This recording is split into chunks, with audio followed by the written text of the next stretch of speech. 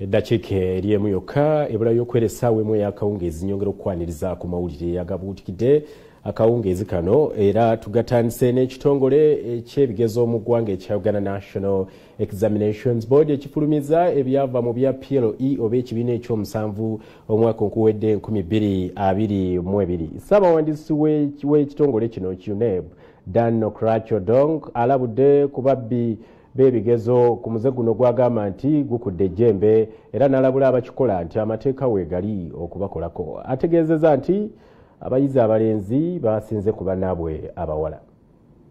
Mu kufulumya ebyava mu bigezo bya PLE 2022 ssentebe w'akakiiko ka Uneb Professor Mary Okwakol yeebaza Katonda olw'okubatuusa ku buwanguzi buno. Agambye nti ng'oggyeko COVID-19 waliwo okubalukawo kw'obulwadde bw'Ebola obwatawaanya ennyo abayizi abazadde n'abasomesa naddala mu disitulikiti y'e Kasanda ne Mubende. The board faced another challenge which was occasioned by the outbreak of Ebola in some parts of the country during 2022.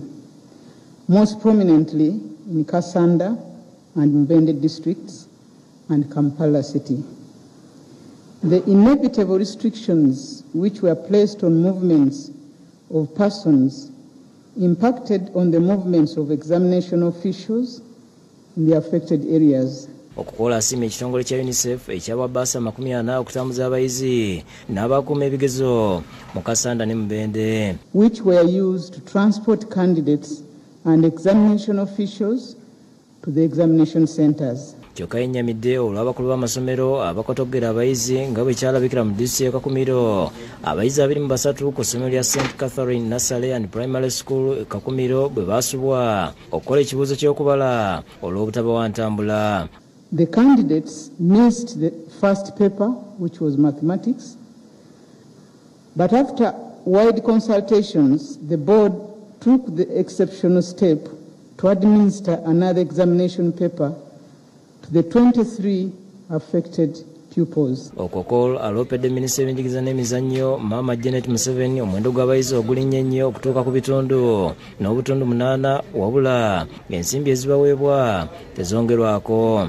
This impacts negatively on the budget and the body's ability to effectively deliver on its mandate. Asiimye ebitongole by'ebyokwerinda olw'okubakwasizaako kyokka n'ennyamira olw'abenyigira mu kubbira abayizi ebigezo. Agamba nti okutambuza ebigezo okuva ebituukira okudda ku ssente abayizi bwe babikolera bwe wakyali okusoomoozebwa n'asaba babongere ku bukuumi.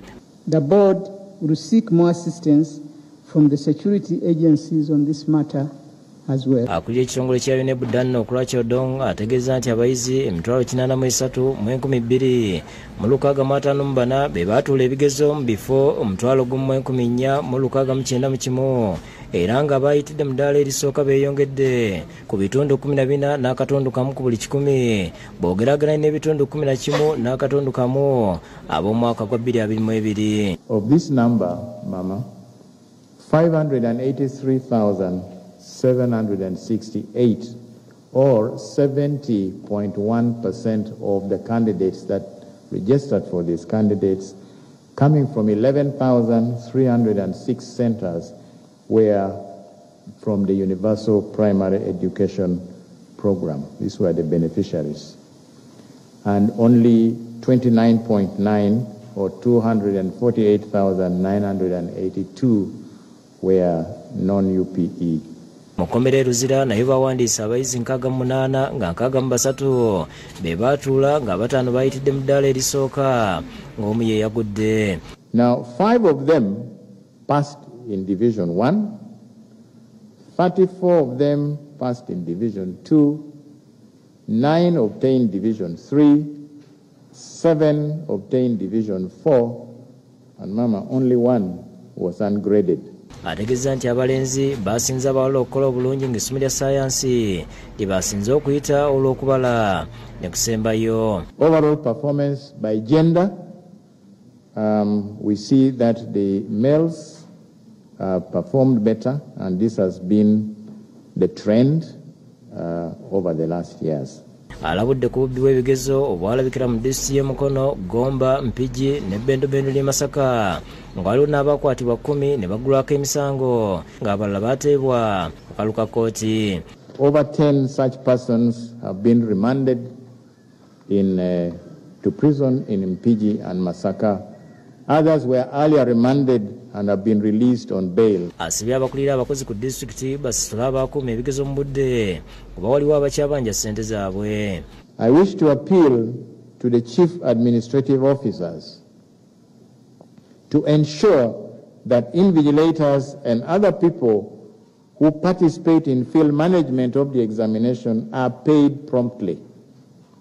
Up to now, Honorable Minister, some invigilators from a few districts have not yet been paid. Ye Minisita w'ebyenjigiriza ebisookerwako Dr. Joyce Moliku Kaduchu yeebaza Maama Janet Museveni olw'omusingi omunywevu kwazimbidde ebyenjigiriza ekibiyambye omutindo okulinnya. Yeebaza Pulezidenti olw'enkola ya UPE gy'agambye nti eyambye nnyo abaana b'eggwanga naddala ab'abazadde abateesobola bulungi. Because of the UPE, which started in 1997, the literacy rate has improved significantly from 43%, and currently it stands at 76%. Oluvannyuma Kaduchi ayaniriza Minisita Museveni n'atongoza ebigezo bya Piero Ibiri 22 mu butongole.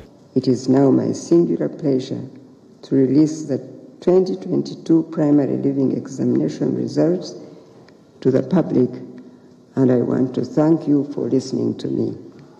As you have already seen here, nze kuteesa Julia Muzi ne Samuel Kagulire.